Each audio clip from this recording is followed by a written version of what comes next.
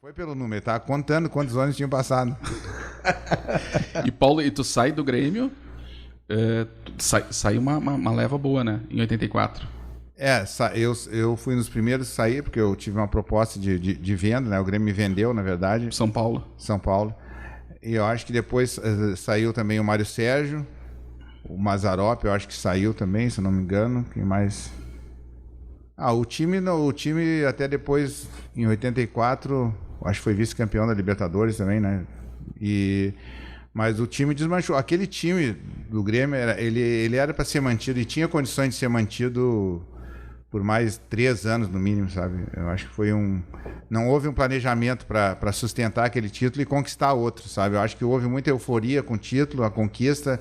Algumas pessoas da época ficaram satisfeitas com aquela conquista e não mantiveram o time, que não era difícil ser mantido.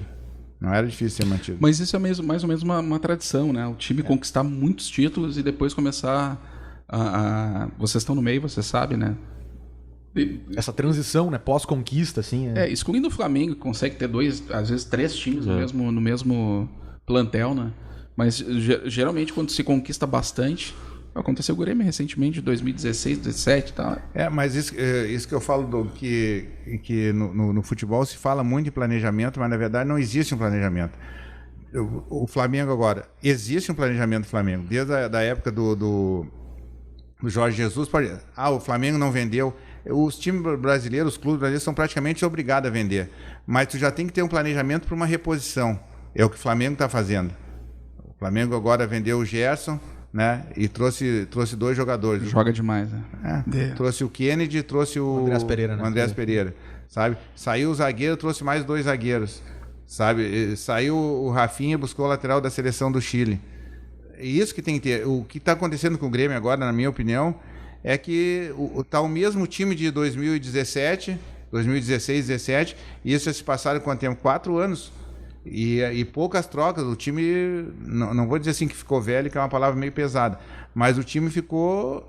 O pessoal está vivendo a época de 2017, sabe? E isso aí já faz um tempo.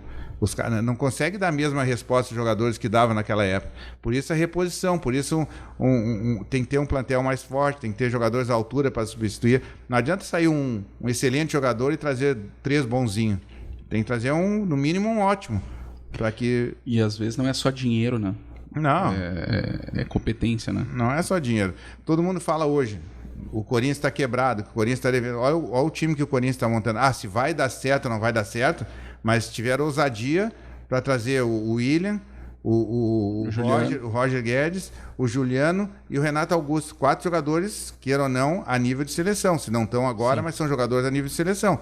O Corinthians, do jeito que estava, a tendência era disputar para não cair, né? Hoje já muda, né, o cenário com essas chegadas. Sabe, eu acho que tem que, no futebol, algumas coisas tu tem que correr o risco. Tu tem que conhecer o mercado do futebol para saber aquilo. Os jogadores que o Corinthians trouxe praticamente foram jogadores, assim, em termos de contratação, de valor de contratação, não teve.